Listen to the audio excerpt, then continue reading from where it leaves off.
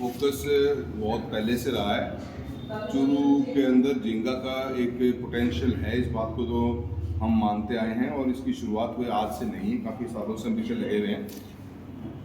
हिंदुस्तान करीब करीब 40 से 50 हज़ार करोड़ रुपए का झींगा और मछली का एक्सपोर्ट करता है। उसका सबसे बड़ा मार्केट यूएस था और कुछ सालों में वो मार्केट शिफ्ट भी बहुत हुआ है। ऑस्ट्रेलिया में नया मार्केट खुल गया है। उसी के अंदर हमारी कोशिश ये रही कि हमारा एक इनलैंड फिशरी जो विभाग है, जहाँ पे समुद्र के अलावा, नदियों के अलावा इनलैंड खारे पानी में झींगा पैदा कर जा सकता है। इसके लिए राजगढ़ तहसील, तारानगर तहसील और चूरू, कुछ पॉकेट रतनगढ़ का भी हमारा काफ़ी कुछ कामयाब हुआ है। इसको लेकर हमारी बहुत पहले से कोशिश रही है।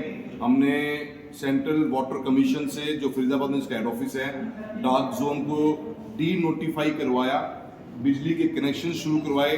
स्टार्टिंग में बिजली के कनेक्शंस नहीं थे, लोग जनरेटर से काम किया करते थे।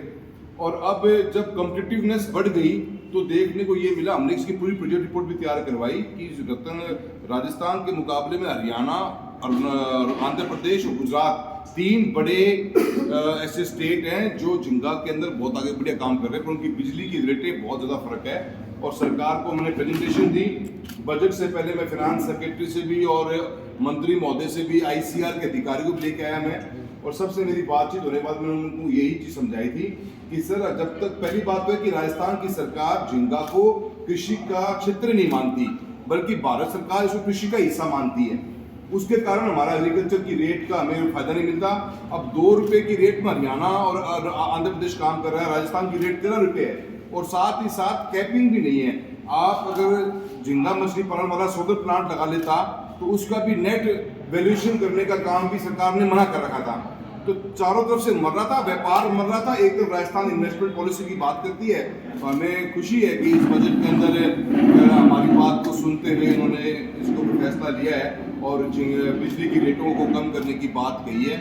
उम्मीद करते हैं ये अगर 2-2.5 रुपये के लेवल पे अगर आ गया झींगा, तो चूरू जिले में 50,000 हेक्टेयर जमीन में झींगा मछली पालन करने का गुंजाइश है, जो यहाँ की लोकल इंडस्ट्री को, किसानों को बड़ी मजबूती देने का काम करेगा। मैं सांसद हूँ, मेरी जिम्मेदारी है कि मैं मेरे क्षेत्र की हर बात के ऊपर एक्टिवली पार्टिसिपेट करूँ। ये कोई आज की बात नहीं है। डे 1 से जिस दिन इसका पहला फाउंडेशन स्टार्ट हुआ था, मैंने ड्राइंग चेक करी थी। मैंने उसी दिन ही अपने व्यू पॉइंट को साफ साफ क्लियर कर दिया था कि ये रोड आप जिस तरीके से डिज़ाइन कर रहे हो, ये रोड सक्सेसफुल नहीं हो सकती। ये चूरू शहर के नागरिकों के लिए और जिले के, तो जिला हेडक्वार्टर है, तो जिले में आने वाले लोगों के, नागरिकों के लिए ये सबसे बड़ा नासूर का काम करेगा। ये मेरा डे 1 का स्टेटमेंट आप सब जानते हैं। और ये एलिवेटेड इसलिए भी बननी बहुत ज़रूरी थी क्योंकि ये रोड नीचे उतर के फिर ऊपर चलती। मैंने प्रेस लाइव आके भी, कई लोगों ने जो आज बड़े बड़ी बातें कर रहे हैं, उस समय तो इस बात को स्वीकार करने को भी तैयार नहीं थे। और आज भी मैंने तो अभी भी 2 दिन पहले मैंने धन्यवाद भी दिया कुमारी जी का, और साथ साथ में जिला कलेक्टर को मैंने ये भी कहा है क्योंकि आपके पास में 130 करोड़ का बजट है, तो पंखा सर्कल से भी कनेक्टिविटी उस एलिवेटेड रोड पे देनी चाहिए। अदरवाइज अभी भी आप देखोगे, अगर अपन टूवर्ड्स सिटी घुसते हैं पंखा सर्कल से, तो पूरा रोड सिर्फ 3 मीटर चौड़ा रोड भी नहीं है।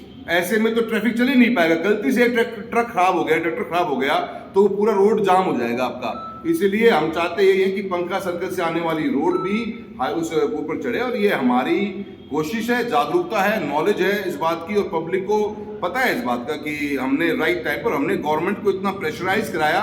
और मैंने ये मुद्दा विधान लोकसभा के अंदर भी उठाया था कि आरओबी की डिजाइन रेलवे ने जब परमिशन दी थी, वो 4 लेन के स्ट्रक्चर के लिए दी थी। किसके दबाव में आके 4 लेन को 2 लेन किया गया? कितने एक्सीडेंट्स हिंदुस्तान के अंदर अलग अलग शहरों में आरओबी की डिजाइन के फॉल्ट के कारण बच्चों के, लोगों की जानें गई हैं। मेरे चूरू में न जाए इसलिए एक्टिव होके उसकी मुद्दे को उठाया और तथ्यात्मक रूप से उठाया। मैं कोई अकेला नहीं हूं। कभी तो किसी ने कह दिया कि जी इसको तोड़े कैसे? तोड़ना ही पड़ेगा अगर गलत चीज बनी है तो। एक अधिकारी के ईगो के ऊपर या वो सोचे कि हम तोड़े कैसे, जनता को ना भुगतेगी इस बात को। तो हमने ऐसे हालात खड़े करे और सरकार के अधिकारियों ने इस बात को बार बार स्वीकार किया कि गलत चीज बन रही है, गलत न बनने दिया जाए। और ये चूरू की जनता की जीत हुई है कि इन्होंने एलिवेटेड रोड के प्रोजेक्ट को सैंक्शन दे दी। हालांकि सैंक्शन दिए तो 1 साल से ऊपर हो गया है। पिछले बार मुख्यमंत्री महोदय को पर्ची पास कराई गई थी कि ये घोषणा करनी है, उस घोषणा पे उन्होंने कर तो दी, पर अभी भी 1 साल से ऊपर हो गया। अब हमारा ये है कि पैसा इतना आ रहा है इसमें, तो पंखा सर्कल से आने वाली रोड को भी एलिवेटेड रोड के अंदर जोड़ा जाए और चूरू शहर के लिए परमानेंट ये अच्छा काम हो। जिम्मेदारी का पद लेके चले हैं जी, और कभी भी नॉनसेंस पॉलिटिक्स करी नहीं आज तक, और कभी भी ना उल्टा बोलते हैं। हाईवे की भी, बाईपास की भी बात है, तो बाईपास के अंदर भी नितिन गडकरी जी से हनुमानगढ़ की मीटिंग में घोषणा करवाई थी चूरू की और सादुलपुर की। ये रिकॉर्डेड चीजें हैं, किसी के कहने से मेरी राजनीति नहीं चलती, ना मैं मेरे कार्य को चुप करता हूं मैं। और वो राजगढ़ की बाईपास की डीपीआर बनकर डिपॉजिट भी होगी, चूरू की क्यों नहीं बनी? क्योंकि इन्होंने जबरदस्ती 2 साल पहले स्टेट गवर्नमेंट से घोषणा कराई। स्टेट गवर्नमेंट के पास पैसे नहीं थे, स्टेट गवर्नमेंट ने वो बात को सरेंडर किया, फिर दोबारा से एनएचआई ने टेंडर निकाला और डीपीआर का काम चालू है।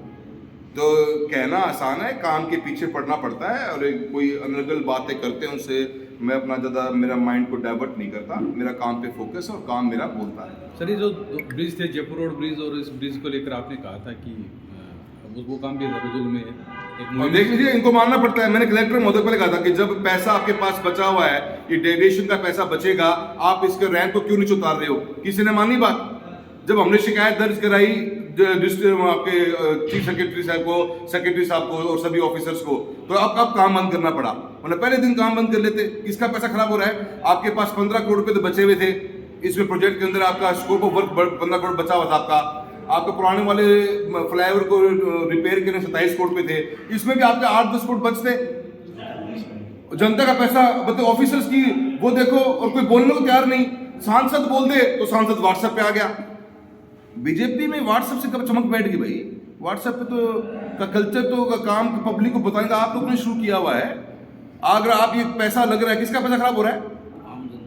आम जनता का पैसा खराब हो रहा है, इसको रोकोगे नहीं क्या आप? एक तरफ तो मुख्यमंत्री की घोषणा अप्रैल के महीने में कि हम इसको एलिवेटेड रोड बनाएंगे, दूसरी तरफ डिपार्टमेंट उसमें काम करवा रहा है, फिर तोड़ो उसको, फिर वो पैसा किसका खराब होगा?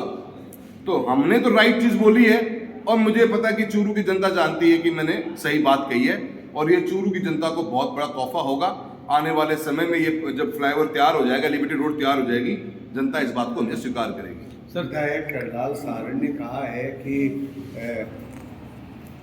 पानी पीने के गाल काटे और थे थारो बजट है इसको बटे हरियाणा का मायने लगाओ। उनकी समझ से बात की चीज़ है, मैंने पहले भी कई बार कह दिया है, उनको पता नहीं है। उन्हीं की सरकार के ये गाइडलाइंस 2023 में चेंज हुई है। एक सांसद अपने कार्य का, अपने कोटे का 10% हिस्सा कहीं बाहर लगा सकता है, नंबर 1। नंबर 2, बीजेपी के 14 सांसद हैं आज की तारीख में राजस्थान में। 14 में से 14 के नाम ढूंढ के देखोगे तो उन्होंने अपना पैसा अपने जिले से बाहर निकाला हुआ है। कौशल जी, मैंने पहले वो कई बार कहा है, मैं 5 साल के लिए सांसद हूँ, मेरे को 25 करोड़ के 27 करोड़ करने होंगे, वही मेरी जीत होगी। अगर इतनी चिंता है तो सरकार उनको जगह कहिए कि राजस्थान के अंदर एमपी कोटे को और एमएलए कोटे को बढ़वाइए, ताकि स्कूलों में कमरों काम हो सके। मेरे परफॉर्मेंस की असेसमेंट आप ना करें, थे असेसमेंट कर भी लोग आने हैं तब भी थे, मैंने 100 में से 0 देने की कोशिश करूंगा।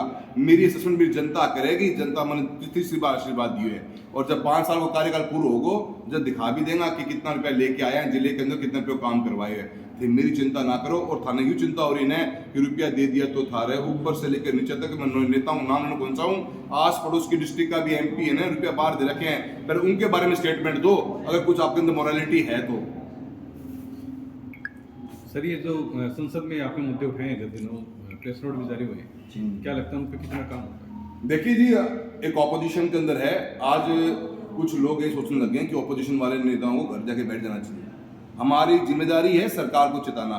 हाई कोर्ट की जो रूलिंग्स नहीं, उनकी जो उन्होंने जो बात को नोटिफाई किया है, वो बातें मैंने कोट करी हैं कि राजस्थान की शिक्षा का स्तर क्या है, बच्चों के कमरों की हालत क्या है, और इस बजट में घोषणा तक नहीं है। 85,000 कमरे तो ऐसे हैं जिनको आप में बैठने की स्थिति में भी नहीं हो, और सरकार ने 500 करोड़ की अनाउंसमेंट करी है। अभी तक डीपीआर का टेंडर कंप्लीट नहीं हुआ, यमुना लिंक का, ये अभी तक डीपीआर डिपॉजिट भी नहीं हुई, अलाइनमेंट फाइनल भी नहीं हुआ, और आप 32,000 करोड़ पे लेके आओगे, कहां से लाओगे? कोई सिस्टम है क्या कोई? तो एक as a member of parliament हम हाईवेज हो, चाहे रेल कनेक्टिविटी हो, चाहे हमारे रोजगार के इश्यूज क्यों ना हो, बच्चों की शिक्षा के, आप डिजिटल इंडिया की बात करते हो, अटल टिकरिंग लैब का क्या हुआ, कहाँ है वो सिस्टम? तो हम तो बोलेंगे ही, सरकार को चेताने का काम करेंगे, सरकार को जगाने का काम करेंगे, वो हमारी जिम्मेदारी है, उसको निभाने का हम पूरा भरपूर प्रयास करते हैं। और मुझे जो पार्लियामेंट में मौका मिला, मैंने पानी पे बात करी, आज 1 रुपये की भी घोषणा नहीं है। 2 MAF पानी मिलियन एकड़ फिट, समझ में भी कोई नहीं आओगी, पतो करवा ली डिक्शनरी के अंदर MAF होगा क्या है। 2 MAF पानी हर साल स्टोरेज के अभाव में, और हमारे पास कनाल नहीं है उसके अभाव में इंटरनेशनल बॉर्डर क्रॉस करता है। और 2 MAF पानी इतना है कि चूरू लोकसभा क्षेत्र के अंदर 14-15 लाख हेक्टेयर जमीन है, सबको पानी मिल सकता है सिंचाई करने का। क्या सरकार ने बजट में घोषणा कोई करी है? 1 रुपये की घोषणा न एग्रीकल्चर के ऊपर है, न इरिगेशन के ऊपर है, न शिक्षा के ऊपर है, न रोजगार क्रिएशन के ऊपर है। आज चूरू के अंदर आप राजस्थान इन्वेस्टमेंट पॉलिसी RIP जो है वो कब से पेंडिंग पड़ी है? 2024 से पेंडिंग पड़ी है, 2 साल हो गए, पॉलिसी नहीं सरकार के पास में, कैसे आप इन्वेस्टमेंट करोगे? और इसीलिए हमने राजगढ़ के लिए, चूरू के लिए, तारनगर के लिए, रतनगढ़ के लिए हमने लड़ाई लड़ी जिंगा की कि भाई हमारा लोकल सोर्स हमारे पास काम है। और अपने मनोज जी, अपने राजगढ़ के अंदर से मास्टर पाइपलाइन जा रही है गैस की, जो पंजाब जाती है, उस पाइपलाइन के ऊपर गैस बेस्ड इंडस्ट्री का कोई प्रावधान नहीं है। तो एक सांसद के रूप में हमारी जिम्मेदारी है हम अपनी आवाज को उठाएं, सेंसिबल वे में बोलते हैं, ऑपोजिशन के अंदर हैं, इस हक को कोई छीन नहीं सकता। हम कोई बोल रहे हैं, जो काम सत्ता में बैठे लोगों को करना चाहिए वो करते नहीं। कितने साल इस बात के लगे, क्योंकि इन लोगों की मैं थी कि ये पुल के बारे में MP क्यों बोल गया, वरना ये बनता नहीं गया। ये 2 साल से काम चल रहा है, पब्लिक परेशान हो रही है, हमने बोल दिया आप कर लेते भाई, हम तो मना क्यों करते हैं, आप ही सरकार, आप जाके बोल लो। और एक एक मुद्दे को लेके जाते हैं। अभी सिटी के अंदर रोड्स है हमारी, हर सिटी की रोड की वाइडनिंग हो रही है, 4 लेनिंग है, उसका प्रोजेक्ट दे के आए हैं। जो भी चीजें पेंडिंग होगी दे के आएंगे। काम तो सरकार को करना है, सरकार तो मेरी है नहीं, पर मैं तो सरकार को जगाने काम तो करूंगा ही ना। सुनवाई आप देखिए 100% होती है अगर आपका विजन सही है। आज हमने डिस्ट्रिक्ट का इलेक्ट्रिसिटी प्लान हमारे पास, डिस्ट्रिक्ट का रोड का प्लान हमारे पास, डिस्ट्रिक्ट की वाटर का प्लान। अब मेरे को जल जीवन मिशन में पानी का पैसा चाहिए, मैं सरकार को जगह बताऊंगा ही नहीं, और सत्ता के पक्ष लोग बोले नहीं, तो आज तो 2-2 साल से 70 करोड़ रुपए के मार्फत, आप देखो राजगढ़ का 190 करोड़ रुपए का टेंडर था, और सुजानगढ़ रतनगढ़ का करीब 350 करोड़ का टेंडर था जल जीवन मिशन का। दोनों कामों के कम से कम 500 करोड़ रुपए लगे हुए हैं, मात्र 70 करोड़ के अभाव में वो तीनों तहसीलों काम पूरे नहीं हो पा रहे। आप मत बोलो, मैं ही बैठ जाता हूँ घर जाके, सत्ता वाले तो जिंदगी में ना बोले। और आज राजगढ़ में लोग धरना प्रदर्शन कर रहे हैं, रतनगढ़ में कर रहे हैं, सुजानगढ़ में कर रहे हैं, क्योंकि टंकियां बनी पड़ी हैं, जुड़ नहीं रही, सरकार पैसा देना चाहती। आज हम बैठे हुए, हमारी कोशिश है, अब हम ढांडियम कनेक्शन के लिए हमने लड़ाई लड़ी, आज से थोड़ी लड़ाई लड़ी है। 2023 के अंदर सर्वे करवाया, 25 के अंदर पीछे पड़ के RDSS में ढानी का प्रावधान तक नहीं था। ये पता कर लेना चाहिए किसी से भी, RDSS के अंदर सिर्फ प्रावधान था कि हम 3311 kVA के जीएसएस को नए बनाएंगे, बाइफरकेट करेंगे, यही प्रावधान था। पर हमने उसमें ढानियों के कनेक्शन को प्रावधान जुड़वाया, और 25 के अंदर सैंक्शन निकली, 1 साल लग गया, 48,000 के लगभग ढानियां चूरू लोकसभा में बनेंगी। ये सरकार का ही तो काम है, पर हमने अपनी मेहनत करके उसको हमने जोड़ने की कोशिश करी है। डिपार्टमेंट का सहयोग लेते हैं, पब्लिक का साथ लेते हैं, हमारे सभी नेतृत्व हमारा साथ देता है, तब जाके अल्टीमेटली मेरी चूरू लोकसभा क्षेत्र का काम होना चाहिए। मेरा मकसद एक सांसद के रूप में होना चाहिए, और हम हर फील्ड हो, चाहे शिक्षा हो, चाहे बिजली हो, चाहे पानी हो, चाहे हाईवेज हो, चाहे रेलवेज हो, उनकी प्राथमिकता से डिस्ट्रिक्ट में डेवलपमेंट करने का काम करते हैं। जो राठौड़ साहब है उन्होंने कहा है कि 36 करोड़ रुपए से और यमुना का पानी है वो 32,000 करोड़, 36 करोड़ नहीं, 32,000।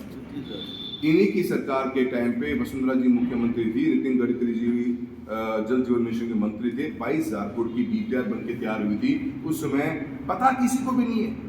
अब आपने नाम तो ले लिया, इन्होंने कहा कि गुड़गांव के पास में हथनी कुंड से पानी आएगा। गुड़गांव के नहीं, हथनी कुंड है तेजा वाला हेड से थोड़ा सा ऊपर।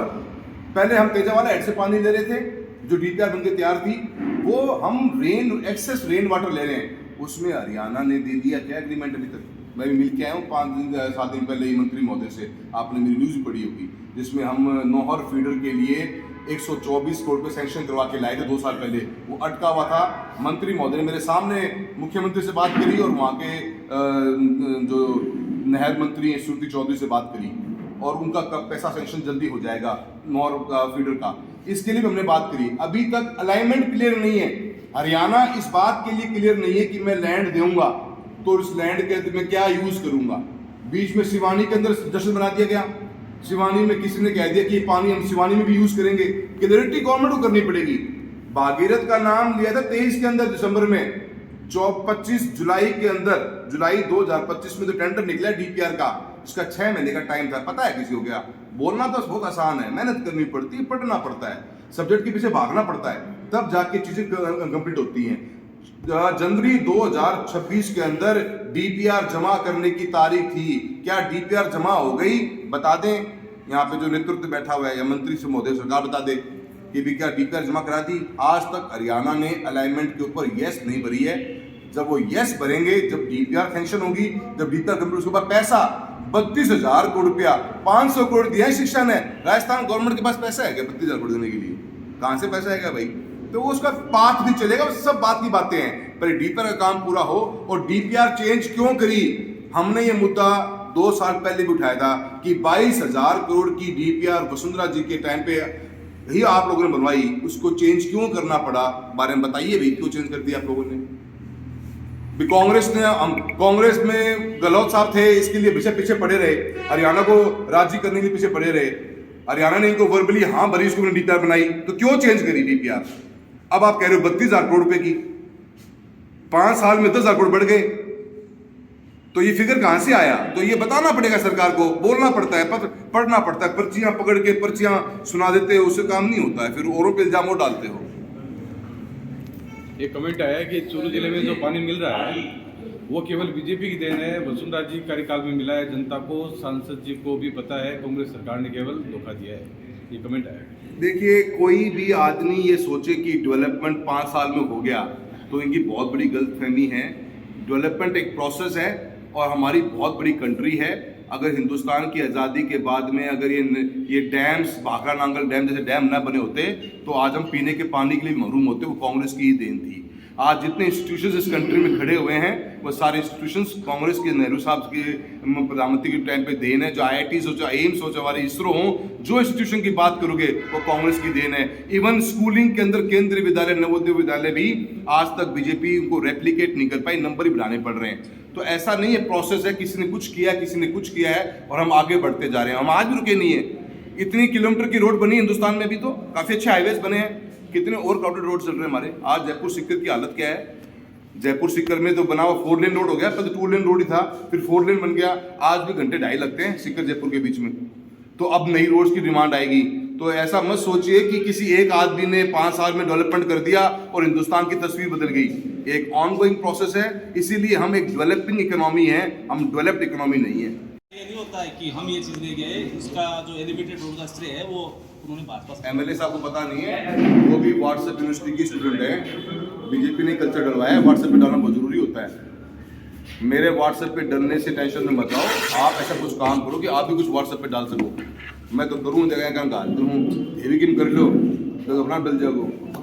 तो उन्होंने कहा है कि MP साहब जो आज किसानों की आवाज़ बोलते हैं कि आरोप लगा रहे हैं, वो कल तक भाजपा में थे, उस वक्त कभी ट्रैक्टर रैली नहीं की, रात वो किसान थे। देखिए, मैं सत्ता में था और तब भी चूरू का नाम राजस्थान में टॉप पे था बीमा को लेकर। आज भी अगर मेरी परिस्थिति में बीजेपी में होता तो वैसे हालात भी पैदा होने नहीं दिए। और 21 का क्लेम आप ही की आंखों के सामने आप ही की सरकार ने कैंसिल कर दिया। आप क्या कर रहे थे? और जब मैं बीजेपी में था तब कांग्रेस की सरकार थी राजस्थान के अंदर, तब भी हम सरकार के मंत्रियों से और अधिकारियों से मिल के आए थे कि चूरू जिले का 21 का बीमा कैसे कैंसिल किया जा रहा है। दोबारा स्टैक के अंदर मैं, नरेंद्र बुढ़ानिया जी, कृष्णा पुणे, जब तीनों साथ जाके सेक्रेटरी मंत्री से मिल के आए थे, तब दोबारा स्टैक बैठी थी 2023 के अंदर। एक सांसद की जिम्मेदारी पक्ष विपक्ष से तय नहीं हो सकती। जो सत्ता में बैठे हुए वही लोग तो बजट सैंक्शन करेंगे, काम तो वही करेंगे, पर क्या हम आवाज उठाना बंद कर दें? क्या MLA साहब ये कहना चाहते हैं कि जो व्यक्ति विपक्ष में है उसको बोलने का हक नहीं है? इशू ही रेज ना करो। अगर इशू रेज नहीं करते तो थे लोग तो बना चुके थे पुल तो आराम हुई हो। इशू रेज नहीं करते, ट्रैक्टर नहीं चलाते ना, तो सरकार किसी हाथ में नहीं मानती। आप तो एक झटके में किसान के 500 करोड़ रुपए का क्लेम खाने का काम कर चुके थे। सरकार को मजबूर करना करा और मैं तो धन्यवाद देता हूँ, मुझे कभी कोई शर्म भी नहीं आती।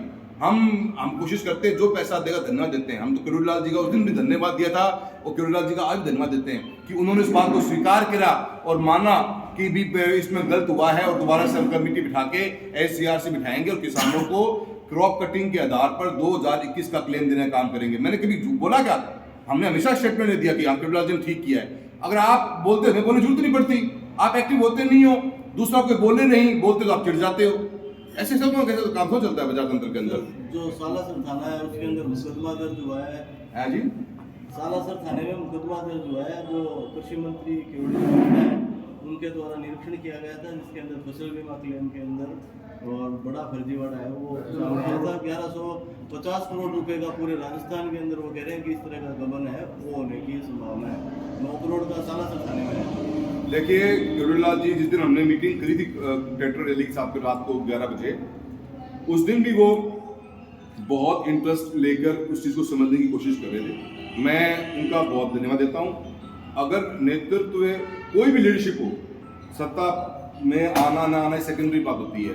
इस तरीके की लीडरशिप से अगर लोग काम करते हैं तो प्रेशर रहता है सिस्टम पे हमेशा, और उसका रिजल्ट पॉजिटिव निकलता है पब्लिक एट लार्ज के लिए। अगर आज कहीं घपला इस रूप में हुआ है और उन्होंने उजागर किया है तो मैं समझता हूँ कि कहीं ना कहीं किसान और किसानी को फायदा ही होगा इस चीज़ का कि मंत्री महोदय की एक्टिविटीज उन्होंने, पर उसका एंड रिजल्ट सॉलिड होना चाहिए।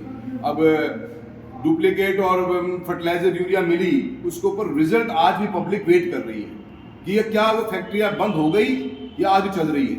तो अगर रिजल्ट पॉजिटिव है, क्योंकि आज हमारी हवा, हमारी मिट्टी, हमारा पानी तीनों प्रदूषित है। अगर मंत्री महोदय ने स्टेप आगे बढ़ाया है वो वेलकम स्टेप है, पर it has to end with a positive result भी पॉजिटिव चाहिए। अभी चांद और तारे की बात चल रही थी, डोटासरा और राजेंद्र राठौड़ ने एक ही मंच साझा किया था। क्या कहेंगे, क्या शिखर संभाग बन सकता है? देखिए, मैं उसके बारे में कोई भी कमेंट करना नहीं चाहूँगा। मेरा काम मेरे लोकसभा क्षेत्र तक का ही है, मैं लोकसभा का सांसद हूँ, तो मैं चूरू का हूँ, मैं उसी की बात करूँगा। आज मैंने जो आप लोगों से रूबरू होने का मकसद मेरा यही है कि हम एलिवेटेड रोड को लेकर जिस लड़ाई को लड़ रहे थे वो एक जेन्युइन और राइट लड़ाई थी। इसके ऊपर कोई हमने हंगामा नहीं किया, कभी हमने को पब्लिक रैली नहीं करी। तुम्हें पता कौशल, हम सिस्टम से चलते रहे, ऑफिसर से मिलते रहे, प्रेशर क्रिएट करते रहे और विद एग्जाम्पल विद प्रूफ हमने लाइव पब्लिक में की चीज़ दिखाई। हमने कभी भी कोई नॉनसेंस बात नहीं करी और हमने अधिकारियों को मजबूर किया और सरकार मानी। मैं खुद मुख्यमंत्री महोदय से मिल के आया था, हमने भी बात की थी। मैं सर आपने अनाउंसमेंट करा है, ये जरूरत हमारे चूरू की है, क्योंकि ये एक दिन का पुल नहीं है, ये 50 साल का पुल है। वो हमारी आज जीत है और हमने मंत्री महोदय को धन्यवाद भी दिया है। और आज साथ में हम पंखा सर्कल से भी एलिवेटेड रोड को कनेक्ट किया जाए, इसकी भी डिमांड लेंगे। और मैंने कलेक्टर महोदय से मैं बात करूंगा कि वो भी इस प्रपोजल को भेजें। हम कंस्ट्रक्टिव पॉलिटिक्स पे बिलीव करते हैं, डेवलपमेंट पे बिलीव करते हैं, और मैं समझता हूँ उसी का रिजल्ट है कि आज आपके बीच में तीसरी बार का सांसद हूं। सर, रिंग रोड पर राजेंद्र राठौड़ ने कहा कि केंद्रीय मंत्री से मुलाकात हुई है, लेकिन डीपीआर पर आप क्या कहोगे रिंग रोड की? देखिए जी, 1 और 1 11 करेंगे तो चूरू का फायदा होगा। मैं कुछ कर रहा हूँ, मेरे काम पे फोकस ना करें, आप अपना करते चलें। ये एलिवेटेड रोड का दोनों की अनाउंसमेंट आज मैं दोबारा बोलता हूँ, हनुमानगढ़ के अंदर नितिन गडकरी जी ने मेरे कहने पे करी थी, वो स्पीच का हिस्सा है। राजगढ़ की डीपीआर बनकर तैयार भी हो गई, चूरू की क्यों नहीं बनी? क्योंकि आपने बीच बचाव में स्टेट गवर्नमेंट से अनाउंसमेंट करा दी। स्टेट गवर्नमेंट के पास पैसा है, 250 करोड़ रुपए से 400 करोड़ के लगभग की डीपीआर मेरे ख्याल से 27 किलोमीटर की है, तो करीब 300 करोड़ रुपए के ऊपर की डीपीआर का करंट टेंडर बनेगा। कहाँ से स्टेट गवर्नमेंट पैसा लेके आएगी? किसने अनाउंसमेंट करवाई? फिर उस चीज को तब्दील बदलने में हमारे को 1.5-2 साल लग गए। अब डीपीआर का टेंडर उठ चुका है, काम चालू है। डीपीआर बनने के बाद में नेशनल हाईवे NHI के पास में रोड है, मिनिस्ट्री के पास रोड नहीं, NHI के पास रोड है, और हम लेके आएंगे। और हम रोड पे छोड़ते नहीं है। अब हम बताया लक्ष्मणगढ़ से लेकर फतेहपुर तक की 4 लेनिंग हो रही है उसका, क्योंकि ट्रैफिक बढ़ गया बहुत ज़्यादा, उसका डीपीआर का काम चालू है। हम पहले से पीछे पड़ गए और हमने फतेहपुर से रतनगढ़ को भी जुड़वा लिया उसमें। अब रतनगढ़ तक की 4 लेनिंग का काम पूरा होगा। कोई गया इनमें से क्या पूछने के लिए? अब बाद में बोल देंगे कि एमपी साहब ने व्हाट्सएप पे डाल दिया। मैं तो आज ही डलवा रहा हूँ, आप डलवा दो, जाके मिलिए मौके, अभी फोटो खिंचवाया हो चाहे, अभी तो अनाउंसमेंट भी कोई नहीं हुई, पर मैं कहूँ अनाउंसमेंट होगी या रुकवा दो उसको, मुंह पे कह रहा हूँ, होएगी 100% होगी। राजगढ़ के अंदर एक छोटी सी रोड थी, हम काम को देखते नहीं, 3 किलोमीटर की लेफ्ट आउट पोर्शन था राजगढ़ का, 2 लेन बनता, उसको 4 लेन में सैंक्शन करवाया है। अधिकारी को जयपुर से लेके आए, वो काम करा। हमारा फोकस काम पर है और उसी के लिए आगे बढ़ते हैं और बांटते हैं। और ऐसे कितनी, आप जो भी मेरे बात उठाई भी होगी वो पहले मैंने उठाई, पत्रकार महोदय आप सब जानते हो मेरे को, मैं कभी भी कोई फर्जी बात बोलता ही नहीं। मैं जो बात बोलता हूँ वो पहले मैं ही बोलता हूँ कि मुझे पता होता है कि मेरे काम करने वाला हूँ। धन्यवाद।